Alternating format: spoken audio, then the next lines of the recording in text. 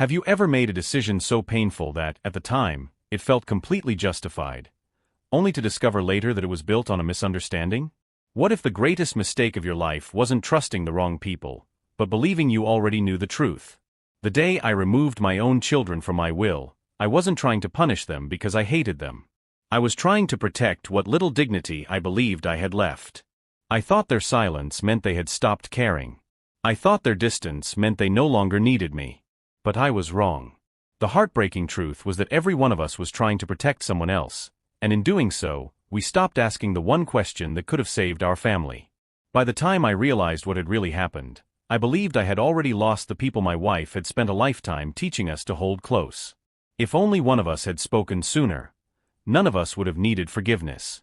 My name is Richard Bennett.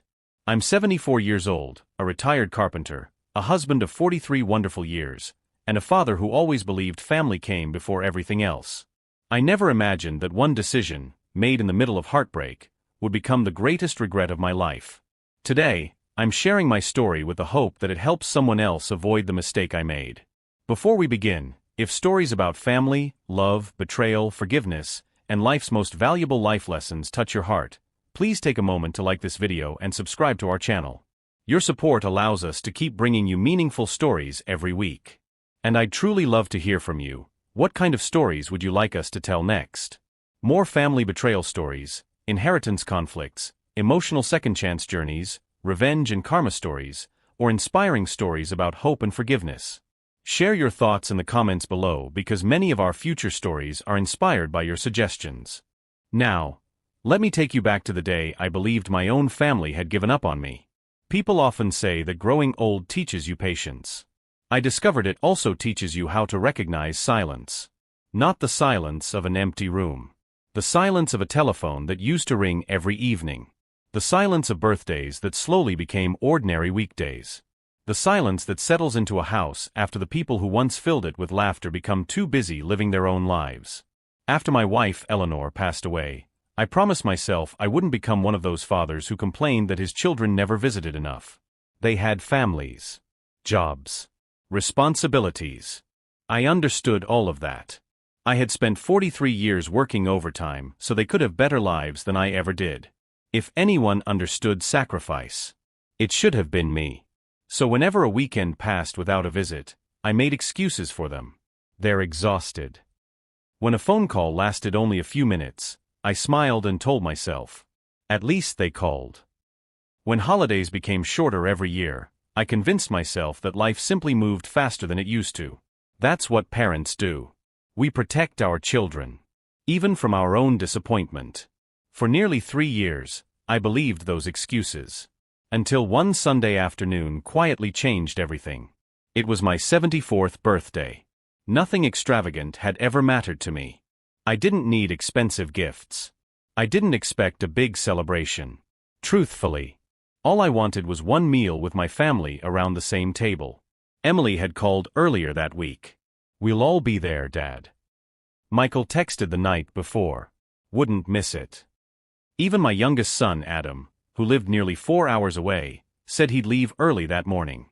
For the first time in months, the house felt alive again. I found myself doing things Eleanor always used to tease me about. I polished the dining table, straightened family photographs that were already straight, cooked far more food than 4 people could possibly eat. I even baked Eleanor's old apple pie recipe. It came out a little darker than hers always had. I smiled anyway. She would have laughed and told me I still couldn't bake. By noon, everything was ready. The roast sat warming in the oven. Fresh coffee filled the kitchen.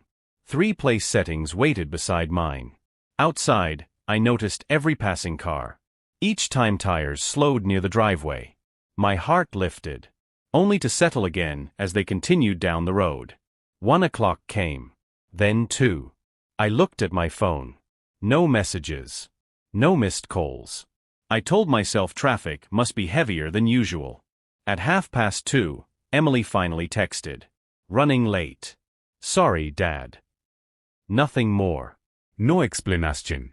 I smiled to myself. At least she's coming. Another hour passed. The roast grew dry. The coffee turned cold. The apple pie remained untouched. By 4 o'clock, I stopped looking through the window. Instead, I sat in Eleanor's favorite chair and watched the clock. Every tick seemed louder than the last. Then my phone rang. For one brief moment, I thought someone was calling to say they were almost here. Instead, it was Adam. Dad.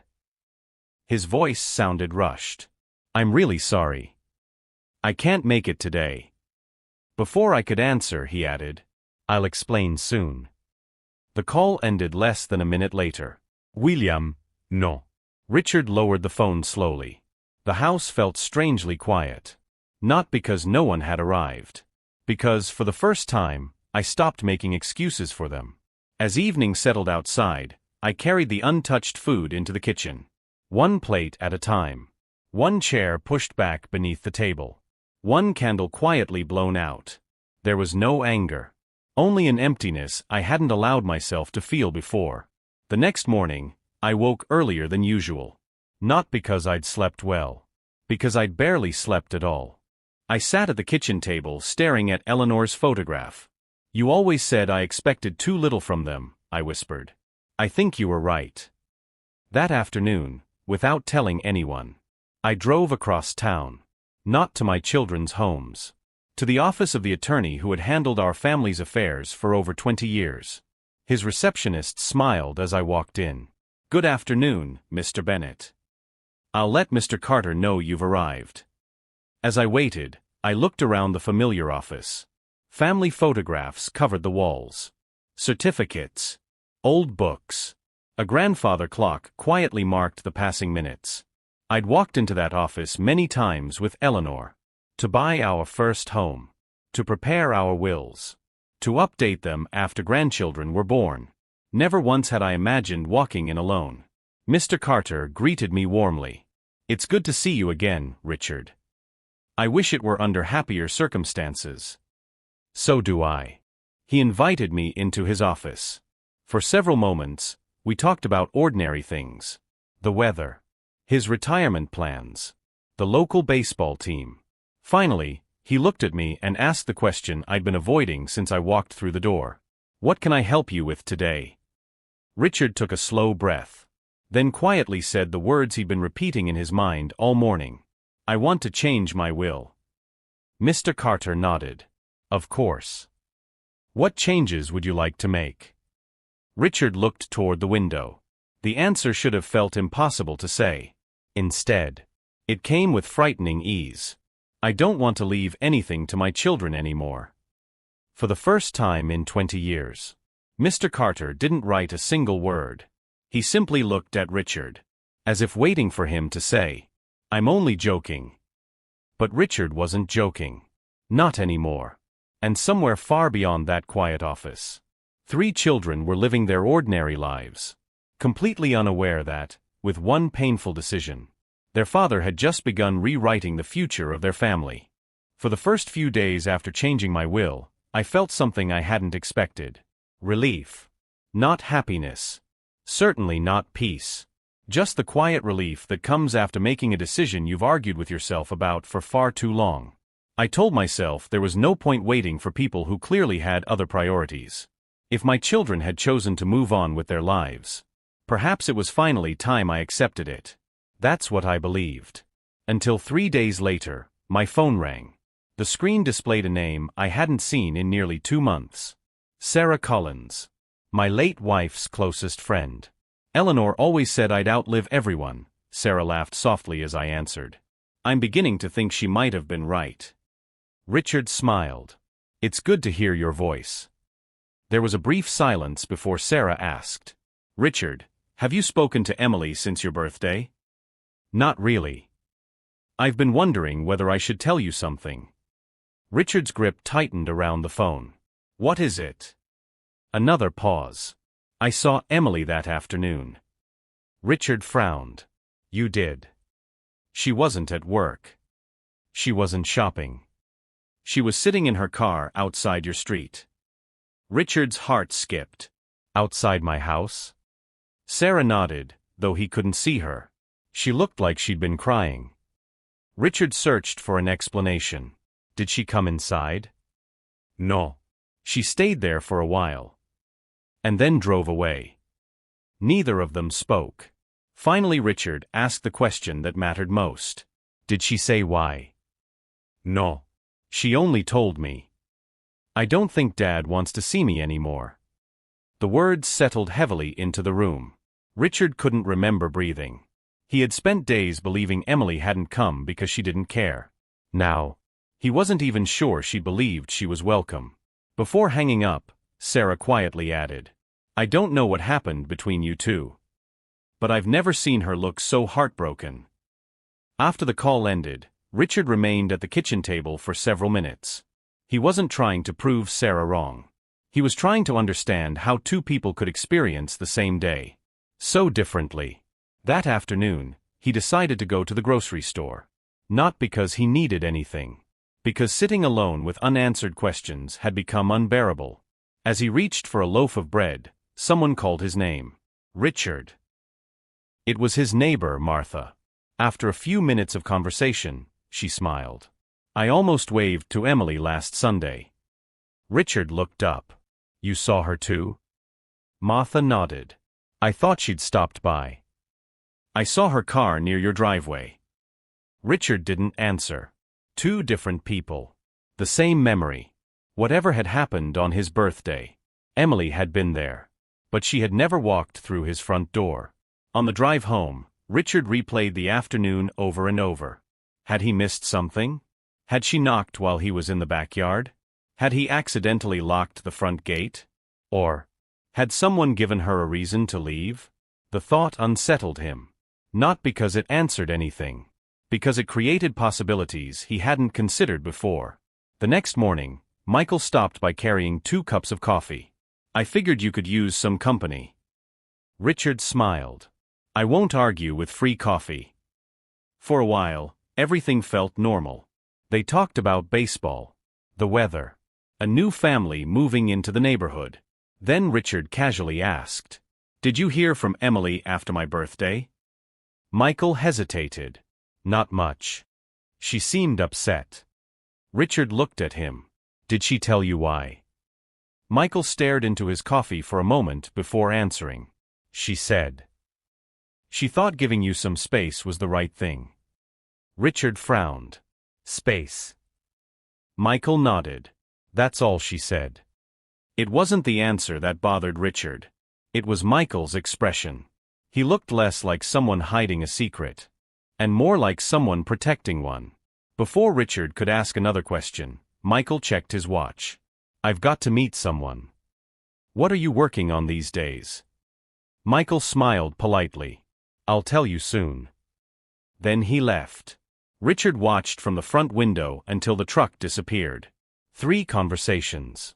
3 different people. And somehow, every one of them pointed toward the same unanswered question. Not why Emily hadn't come, but why she believed she shouldn't. Late that evening, Richard unlocked his phone and opened the family group chat. The last message he'd sent was still there. Love you all. Hope we can have dinner together soon. Everyone had read it. No one had replied. As he stared at the screen, another notification appeared. It wasn't from one of his children. It was from his attorney. Richard, could you stop by tomorrow morning? There's something I'd like to clarify before we finalize the changes to your will. Richard frowned. Clarify? He had been absolutely certain when he signed those papers. So why? Did it suddenly feel as though everyone else knew something that he didn't? The next morning, I arrived at Mr. Carter's office 10 minutes early. Normally, I hated being early. That day, I couldn't sit still. His assistant greeted me with a warm smile. He'll only be a few more minutes, Mr. Bennett. I nodded and sat near the window. Outside, people hurried past with cups of coffee and briefcases, each of them carrying on with ordinary life. I envied them. Ordinary suddenly felt like a luxury. A few minutes later, Mr. Carter opened his office door. Richard. Come in. As always, he offered me coffee before sitting behind his desk. I appreciate you coming back so quickly. Richard smiled faintly. You said there was something to clarify. There is. Mr. Carter folded his hands together. When you came in earlier this week, you were very certain about changing your will. Richard waited. I was there. His grip tightened around the steering wheel. Why didn't you come inside? Another silence. Longer this time. When Emily finally spoke, her voice sounded smaller than he'd ever heard it. I thought you didn't want me there. Richard frowned. Why would you think that? I can't explain it. Please try. Emily hesitated. I got there early. I was sitting outside when I saw Michael's truck. Richard listened carefully. He came over to my car. What did he say? Emily didn't answer. Not because she was refusing. Because she seemed to be choosing every word carefully. He told me that you'd had a difficult morning. Richard frowned. He said you were exhausted. He said. Emily's voice cracked. You told him you wanted a quiet birthday this year. Richard felt his heart sink. I never said that. I know. Richard froze. You knew. Emily quietly replied. Not then. I figured it out later. Neither of them spoke. Finally Richard asked. Then why didn't you come back? Emily's answer wasn't what he expected. Because, Dad. I thought if I ignored what Michael told me, I'd be making your birthday about what I wanted instead of what you needed. Richard slowly closed his eyes. 4 days. He had believed his daughter chose not to come. Now he wasn't sure she'd ever made that choice herself. Before Richard could ask another question, Emily spoke again. Dad. Can I ask you something? Of course. Are you angry with Michael? Richard looked out through the windshield. He thought about the missed birthday, the conversation with Sarah, Michael's careful words, the attorney's warning. Finally, he answered honestly. I don't know. Emily's voice grew even quieter. I don't think he was trying to hurt anyone. Richard didn't respond. Because that possibility frightened him more than the alternative. That evening, Richard couldn't stop replaying the phone call. Michael hadn't told Emily not to visit. At least, not directly. He had simply told her what he believed Richard wanted. Had Michael misunderstood him? Or had he quietly started speaking for his father without realizing where the line was? Richard had no answer. As the sun disappeared beyond the trees, another memory quietly surfaced. About 6 months after Eleanor died, Michael had started saying something almost every week. Don't worry, Dad. I'll handle it. At the time, those words had brought comfort. Now, Richard found himself asking a question he'd never considered before. Exactly when had "I'll handle it" become "I'll decide"? And somewhere else in town, Michael sat alone in his truck outside a small brick building. He didn't go inside immediately. He simply stared at the sign above the entrance. Riverside Memory Care Center. Then, after several long moments, he finally opened the door. Emily's words stayed with me long after we ended the call. I don't think he was trying to hurt anyone. For 2 days, I couldn't stop thinking about them. I wasn't defending Michael anymore. I wasn't accusing him either. For the first time since my birthday, I was simply trying to understand him. Then something happened that changed the direction of my search. On Thursday morning, I stopped for coffee at a small cafe across town. As I waited for my order, I noticed Michael's truck pull into the parking lot across the street. He didn't see me. He parked, picked up 2 paper bags, and walked toward a brick building I'd never paid much attention to before. Riverside Memory Care Center. I watched him disappear inside. For a moment, I considered driving away. Instead, I finished my coffee and quietly crossed the street. The building wasn't what I'd expected. Sunlight poured through wide windows. Soft music played in the lobby. Several residents sat together laughing over a card game. There was sadness there. But there was life too. A receptionist greeted me warmly. Can I help you? Richard smiled politely. I think my son volunteers here. She smiled. He does.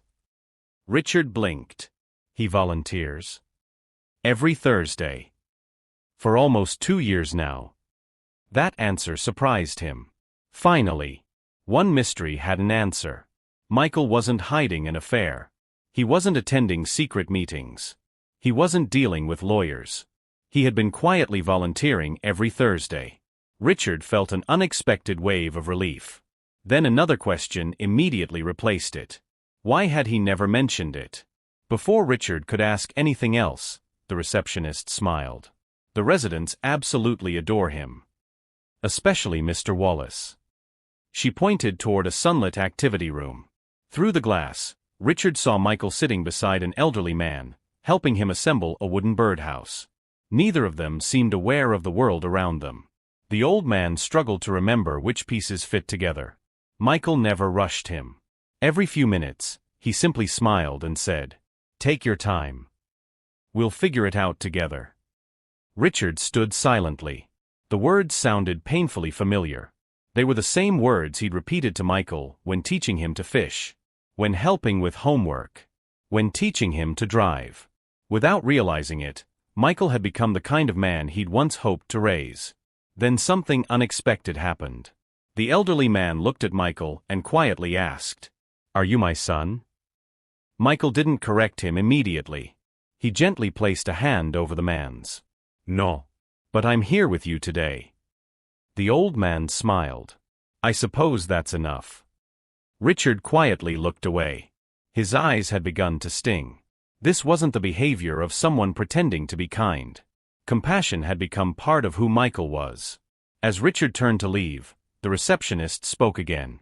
"You must be very proud." Richard smiled faintly. "I've had reasons to be." She hesitated. "You know. Your son first came here not long after your wife passed away." Richard stopped. "He did." She nodded. "He told us losing his mother made him realize how many people have no family visiting them anymore. So he asked whether he could help." Richard closed his eyes. That wasn't the answer he'd expected. It wasn't even close. For the second time in as many days, the story he'd been telling himself no longer matched reality. On the drive home, Richard replayed everything he'd seen. He finally understood why Michael came there. That mystery was over. But another had grown larger. If Michael cared so deeply about lonely older people, why had he unknowingly left his own father feeling exactly the same way? Late that afternoon, Richard called Daniel. After a few minutes of conversation, he casually mentioned the memory care center. Daniel sounded relieved. "So, you know now." "I know he volunteers." "I didn't know that before." Daniel laughed softly. "Mom would have been proud of him." Richard smiled. "I think she would have." Then Daniel became quiet. "Dad. I honestly thought Michael had already asked you." "Asked me what?" Another pause. "To come with him." Richard frowned. Why would he want that? "I don't know. He just kept saying. Dad needs to see this place before he makes any big decisions." Richard gripped the phone a little tighter. "What big decisions?" "I never asked." Daniel sighed. "I figured the two of you had already talked." After ending the call, Richard sat alone in the living room. He finally had one real answer. Michael hadn't been hiding where he went. He'd been hiding why he wanted his father there. Those were two very different things. Just before sunset, Richard's phone vibrated. A text from Michael. "Dad, would you have dinner with me tomorrow? Just the two of us. There's something I've been trying to tell you for a long time." Richard read the message twice. This time, it didn't feel like another clue. It felt like the moment both of them had been quietly avoiding. And somehow, he knew that whatever happened over dinner would decide far more than the future of his will. It would decide the future of his family. The next evening, I arrived at Michael's house 10 minutes early. Not because I was eager. Because I wasn't sure I had the courage to arrive on time. As I sat in my truck, I watched the lights glowing through the front windows. Inside, I could see my grandchildren laughing in the kitchen. For a moment, I wondered how a family could look so whole from the outside, while quietly falling apart on the inside. Before I could knock, the front door opened. Michael stepped onto the porch. "I'm glad you came." Richard nodded. "So am I." His smile was genuine. But tired. Very tired. Michael had chosen a small family restaurant just outside town. The same place Eleanor used to insist on visiting every anniversary. Neither of them mentioned that. They didn't need to. Some places carry memories without anyone saying a word. For several minutes they talked about ordinary things. The roast beef. The weather. Richard's tomatoes that never seemed to grow straight. Michael laughed.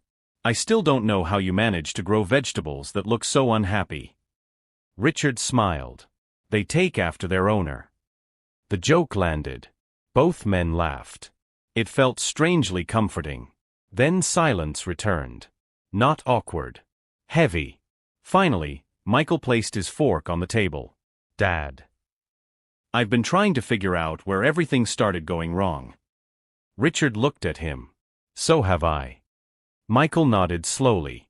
I think I've finally worked it out. Richard waited. I stopped asking you what you wanted. The sentence was simple. Almost quiet. But it landed harder than any apology could have. Richard didn't answer immediately. Because for the first time, Michael had said exactly what Richard himself had been unable to put into words. Michael continued. After Mom died. Everyone kept looking at me. Richard frowned. What do you mean? The hospital. The funeral. The paperwork. The bank. Everyone had questions. And every question seemed to end with, can Michael handle it? Richard listened without interrupting. I told myself it would only be temporary. I thought I'd carry things until you felt like yourself again. Richard looked down at his coffee. And then Michael gave a tired smile. I never noticed that temporary became normal. Another silence settled between them. Not uncomfortable. Honest. For the first time since Eleanor's death. They weren't talking about events. They were talking about themselves. Richard finally asked, why didn't you tell Emily I wanted her at my birthday? Michael looked genuinely confused. I thought I was helping. Richard waited. You sounded exhausted when I stopped by that morning. You barely slept the night before. You kept saying, I don't want everyone worrying about me. I thought giving you a quiet day was what you really wanted. Richard searched his memory. He had said something similar. Not because he wanted to be alone. Because he didn't want his children feeling guilty. Michael quietly continued. I told Emily. Maybe Dad needs a little space today. I thought she'd understand. Richard slowly shook his head. And she thought I didn't want to see her. Michael nodded. I know. I didn't realize that until much later. Neither man spoke. For the first time, Richard understood how something so small had grown into something so painful. Nobody had lied. Nobody had planned to hurt anyone. One sentence, heard differently by two different people, had quietly changed an entire birthday. Then Richard asked the question that had been following him ever since Sarah called. Did you tell Daniel to stay away too? Michael looked surprised. No. I told him the same thing. I said. Dad seems overwhelmed. Maybe let him rest today. Richard closed his eyes. Every child had heard the same message. Not as an order. As advice. Advice they believed had come from their father. Michael leaned forward. Dad. I need you to believe something. Richard looked up. I never wanted them away from you. I thought I was protecting you from having to pretend you were okay. Richard saw tears beginning to form in his son's eyes. Not dramatic tears. The quiet kind that come after carrying guilt for far too long. The waitress arrived with fresh coffee, unintentionally interrupting the conversation. Neither man spoke until she walked away. Finally, Richard asked, then why didn't you ever tell me what you'd been saying to everyone? Michael stared into his coffee. I think. He stopped. Then tried again. I think I was afraid. Afraid of what? Michael looked out the restaurant window. That if I admitted I'd been speaking for you, you'd realize I'd forgotten how to stop.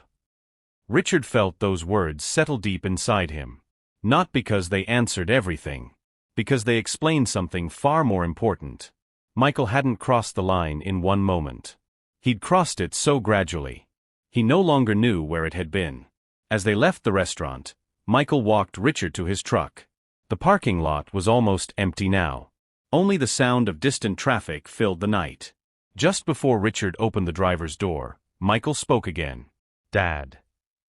There's one thing I still haven't told you." Richard turned. "What is it?" Michael hesitated. "It isn't about your birthday. It isn't about Emily. It isn't even about your will." Richard waited. Michael's voice became almost a whisper. "It's about Mom." Richard's heart tightened. "What about her?" Michael looked down at the ground. "The last conversation I ever had with her is the reason I've been making these decisions ever since." Richard stood completely still. For the first time since this story began, the mystery wasn't pointing toward his children anymore. It was pointing back to the final days of Eleanor's life. And suddenly, Richard wasn't wondering whether he'd misunderstood his children. He was wondering whether he'd ever truly understood his wife at all. That night, I barely slept. Michael's final words echoed through my mind over and over again. The last conversation I ever had with Mom. I had spent weeks believing this story was about my birthday. About missed phone calls. About my will. Now, for the first time, it felt as though everything had begun long before any of those things happened. It had begun with Eleanor. The next morning, Michael arrived exactly when he said he would. There was no nervous smile. No dijiste palegi. He looked like a man who had finally decided carrying the truth alone was more painful than speaking it aloud. "Would you come for a drive with me?" Richard looked at him. "Where are we going?" "I'll explain on the way." For once, Richard didn't ask another question. He simply picked up his coat. Neither of them spoke much during the drive. The silence wasn't uncomfortable anymore. It was thoughtful. After nearly 30 minutes, Michael pulled into a quiet park overlooking the lake where Richard and Eleanor had celebrated countless family picnics over the years. Children chased ducks near the water. An elderly couple walked hand in hand along the path. Life continued peacefully around them. Michael turned off the engine. "I thought Mom loved this place because it was quiet." He smiled faintly. "Later I realized she loved it because everyone came here together." Richard looked toward the lake. So, "What happened?" Michael took a long breath. "It was 3 days before she passed.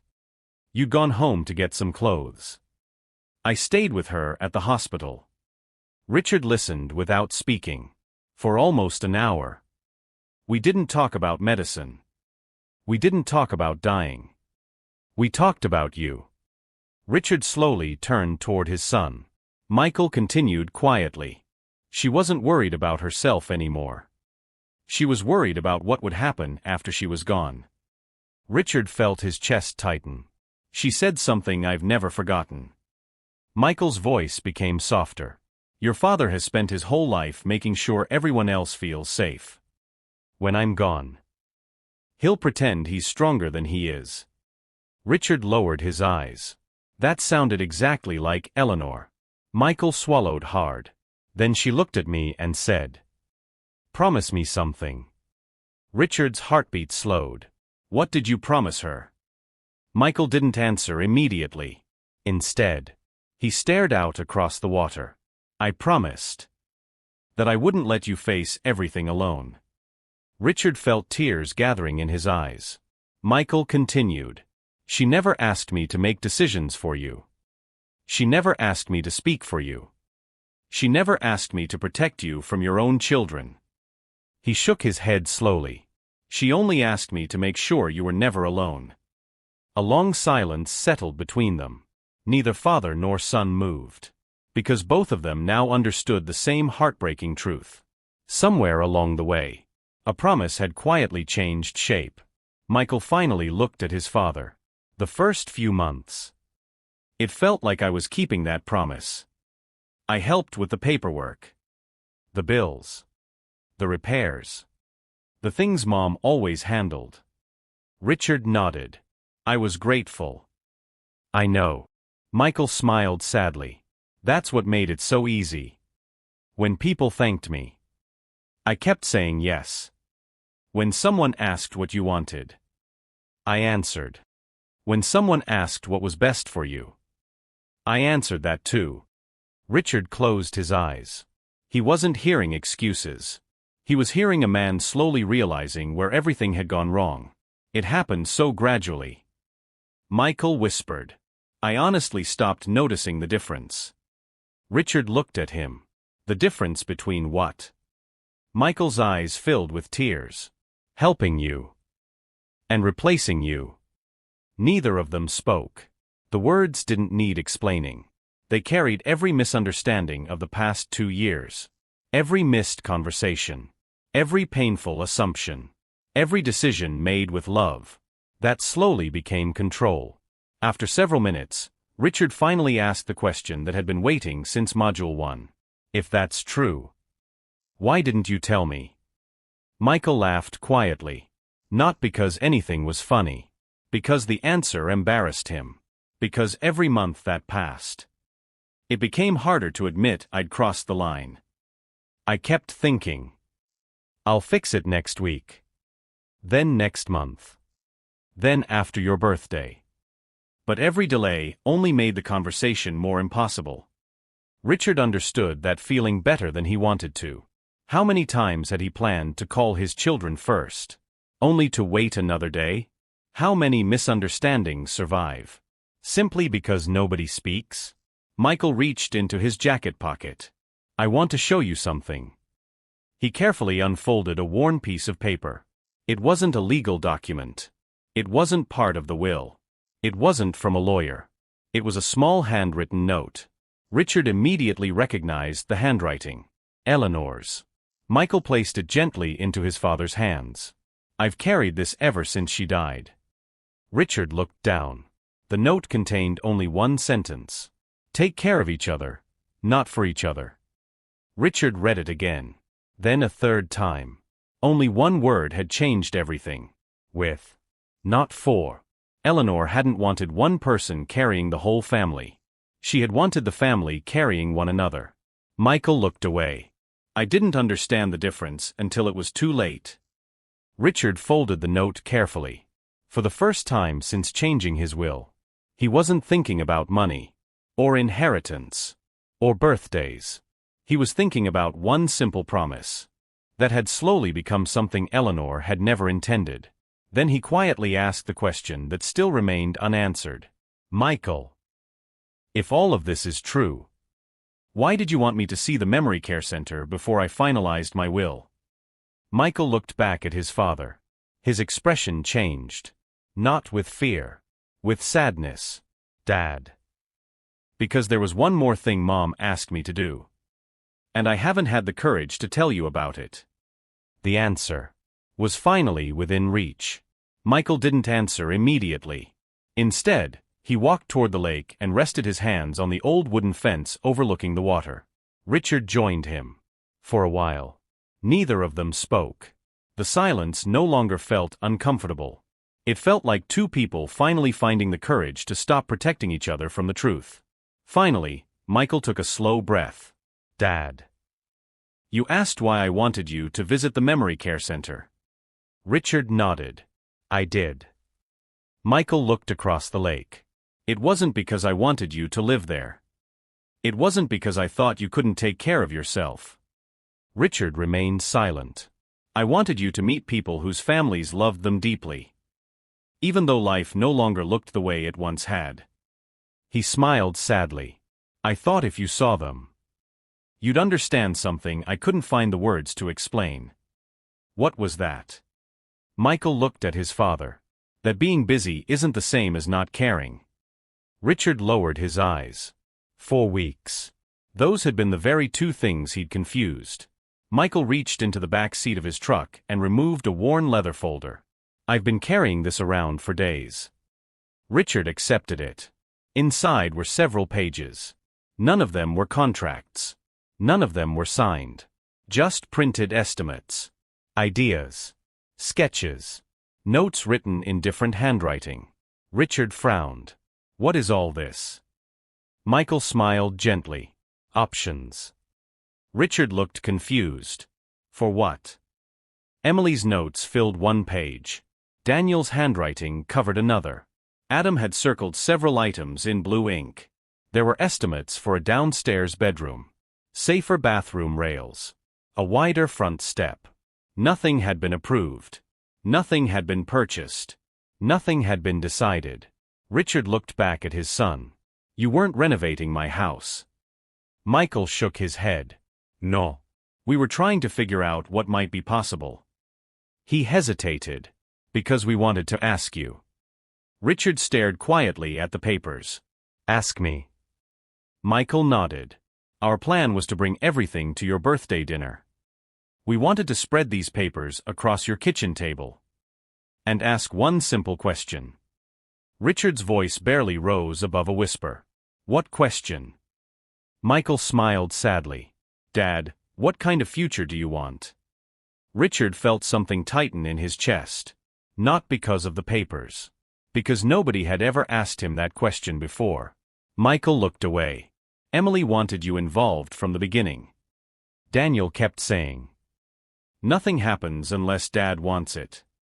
Even Adam refused to choose anything. He said.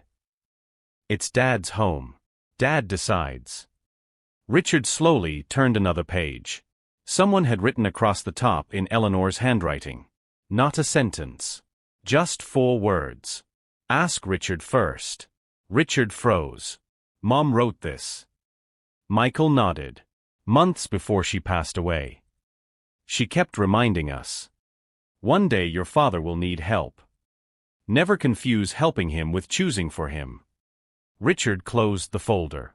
His hands trembled. The lesson Eleanor had left behind had been there from the beginning. Not hidden. Simply forgotten. Richard finally looked at Michael. Then why didn't any of this happen?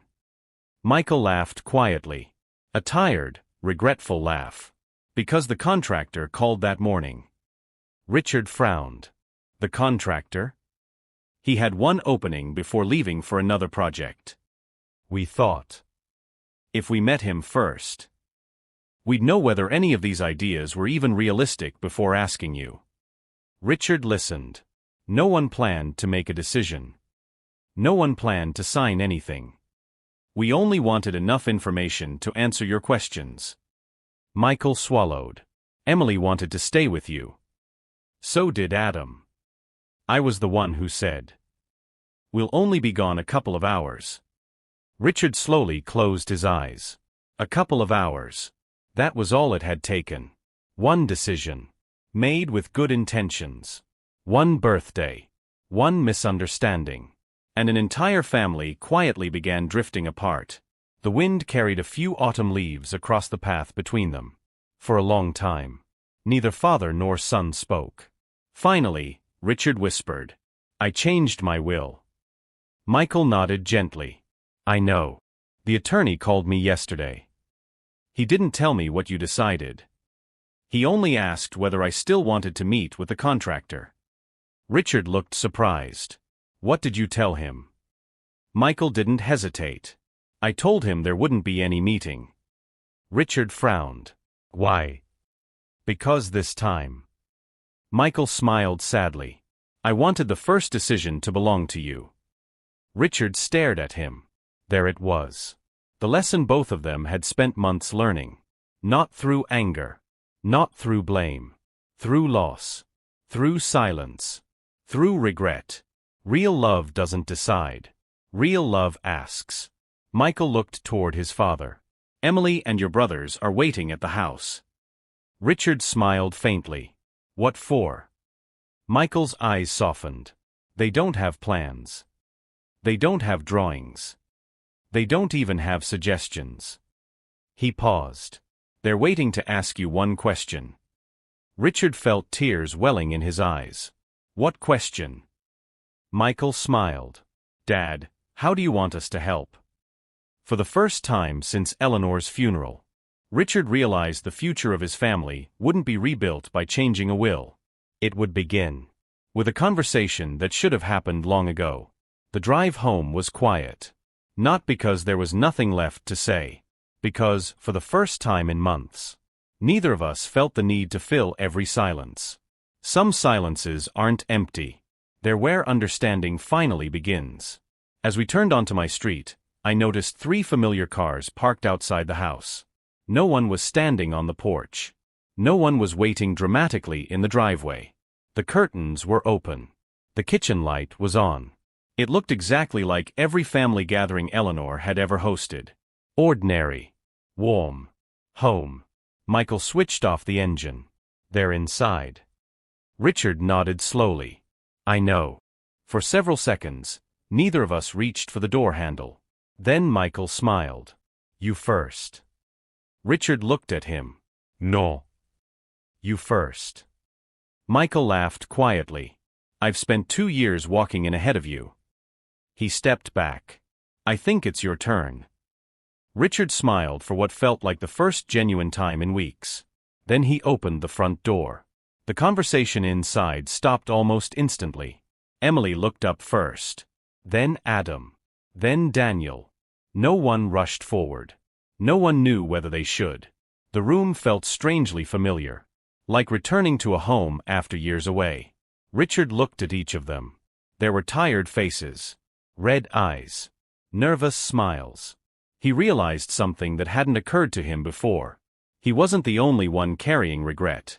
Emily took one hesitant step forward. Dad. Her voice trembled. I'm sorry. Richard opened his arms without saying a word. She crossed the room and hugged him tightly. For several long moments. Neither of them spoke. No explanations. No apologies. Just a daughter holding her father. Richard closed his eyes. I missed you. Emily nodded against his shoulder. I missed you too. Nothing else needed to be said. The silence carried everything words couldn't. When they finally stepped apart, Emily wiped her eyes and smiled through embarrassed laughter. I sat outside your house for almost 20 minutes that day. Richard looked at her gently. I know. I kept telling myself. If Dad wants to be alone, then I should respect that. Richard slowly shook his head. I wasn't asking to be alone. I just didn't know how to ask for company. Emily reached for his hand. I should have knocked anyway. Richard smiled sadly. And I should have opened the door long before that birthday. Adam leaned against the kitchen counter and quietly laughed. You know. I've been angry with Michael for months. Michael looked over. You have. Adam nodded. I kept saying. Just ask Dad what he wants. But I never asked him either. Daniel smiled. I think all 4 of us kept waiting for someone else to start the conversation. Richard looked around the room. How much pain had grown? Simply because everyone believed someone else would speak first? Emily placed a fresh pot of coffee on the table. Adam disappeared into the kitchen and returned with Eleanor's favorite pie from the bakery she had loved for years.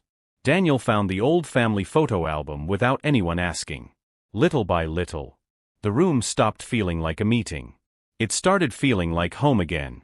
For a while, they didn't talk about misunderstandings. They talked about Eleanor. About camping trips. About Richard's terrible attempts at dancing every anniversary. About the Christmas when the turkey caught fire and everyone ended up eating sandwiches instead. The laughter came slowly. Then naturally. It wasn't forced. It wasn't pretending everything was fine. It was simply a family remembering that joy had always belonged there too.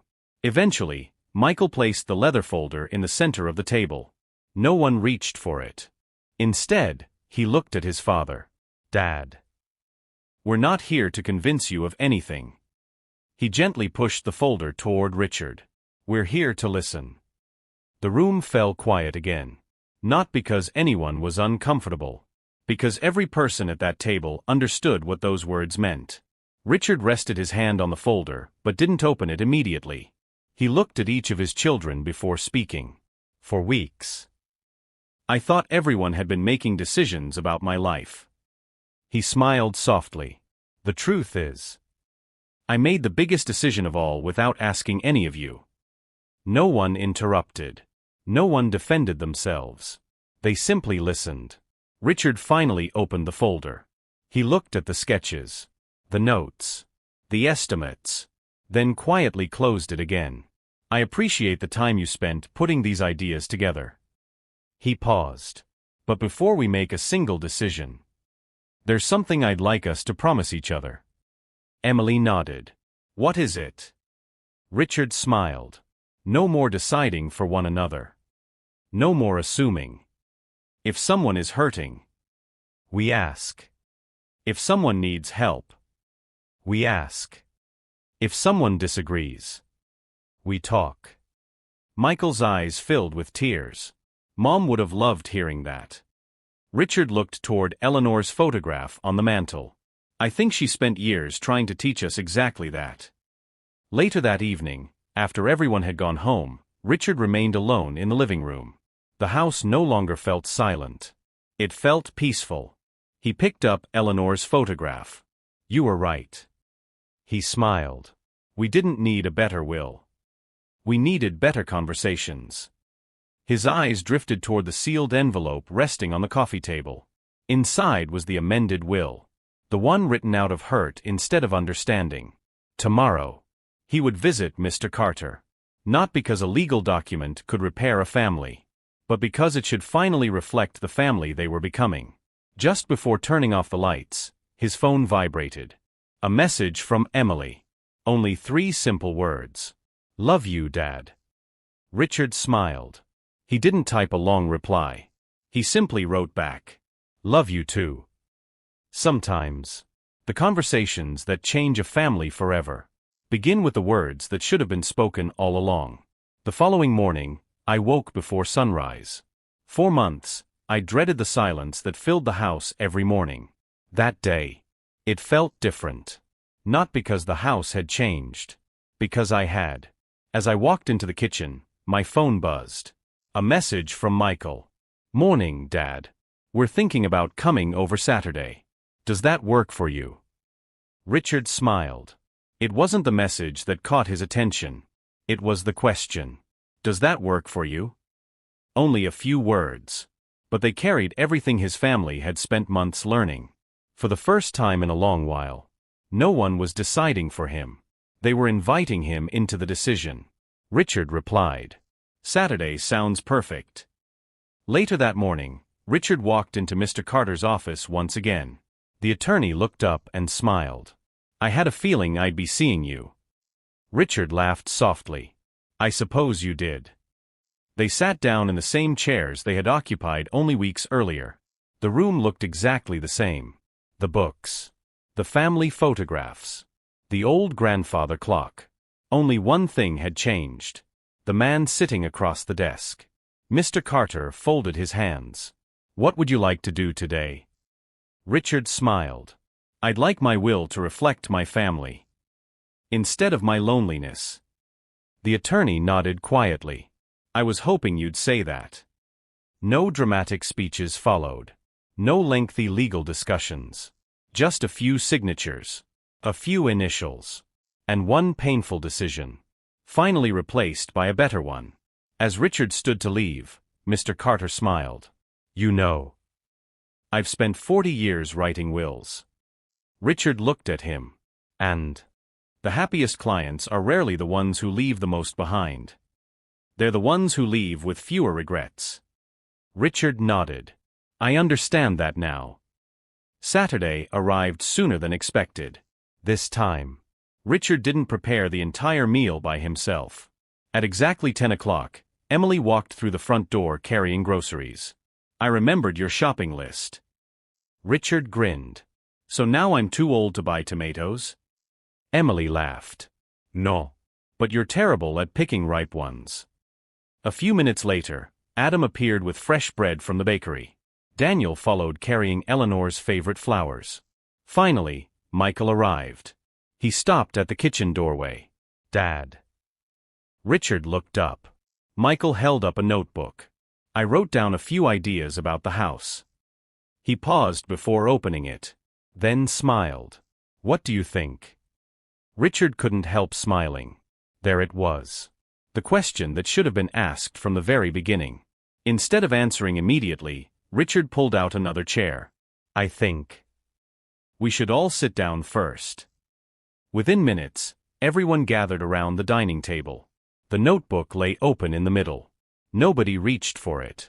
Nobody tried to persuade anyone. Emily pointed toward one page. I like this idea.